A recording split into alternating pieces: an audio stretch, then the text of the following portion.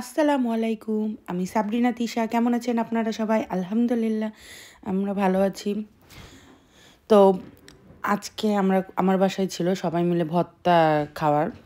মানে সবাই মিলে ভর্তা খাবো। পার্টিও বলছি না বা দাওয়াতও বলব না। কারণ এখানে সবাই মিলেই হেল্প করেছে। সবাই সবকিছু করেছি।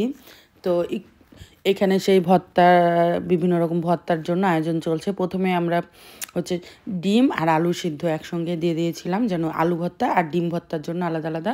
পরে এই যে দেখতেই পাচ্ছেন যে বেসিনে ধোয়াধুয়ি চলছে।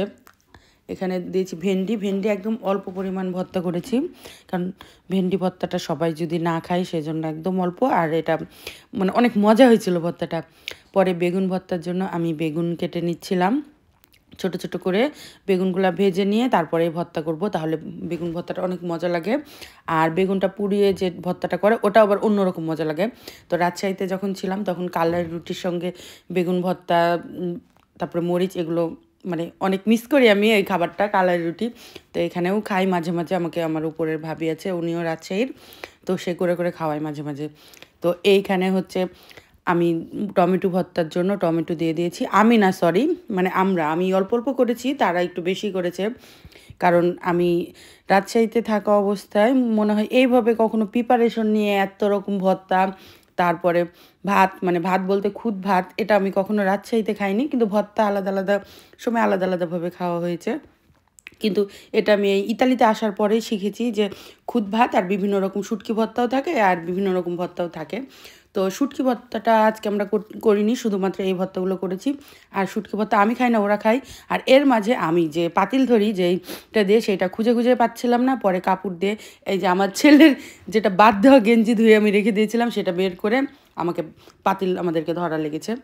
এখানে যে চিংড়ি মাছের ভর্তার জন্য চিংড়ি মাছটা ভাজা ভাজা একদম করে ফেলেছে। আর কড়াইগুলো কিন্তু আমার ব্যবহার করা, সেজন্য মনে করেন না যে আল্লাহ করে রে কী অবস্থা। কারণ আমি ইতালিতে আসার পর থেকেই কিছু কিছু আছে জিনিস যেগুলো ফেলতে পারি না, আর মন চায়ও না। কারণ সংসারের শুরুতে যে জিনিসগুলো থাকে সেগুলো ফেলতে মন চায় না। এই যে এইখানে হচ্ছে খুদ ভাত। খুদ ভাতটা আমি ইতালিতে এসেই খাওয়া শিখেছি, যেটা বলবো সত্যি কথা। বাংলাদেশে তো বাংলাদেশে থাকা অবস্থায় রাজশাহীতে ওভাবে খাওয়া হয়নি। ইলিশ মাছ ভাজাও করেছিল। তো সবাই মিলে করেছি, কারণ আমার দ্বারা একা একা এত কিছু সম্ভব হয় না, আর আমি পারবো না। ভবিষ্যতে পারবো কিনা জানি না।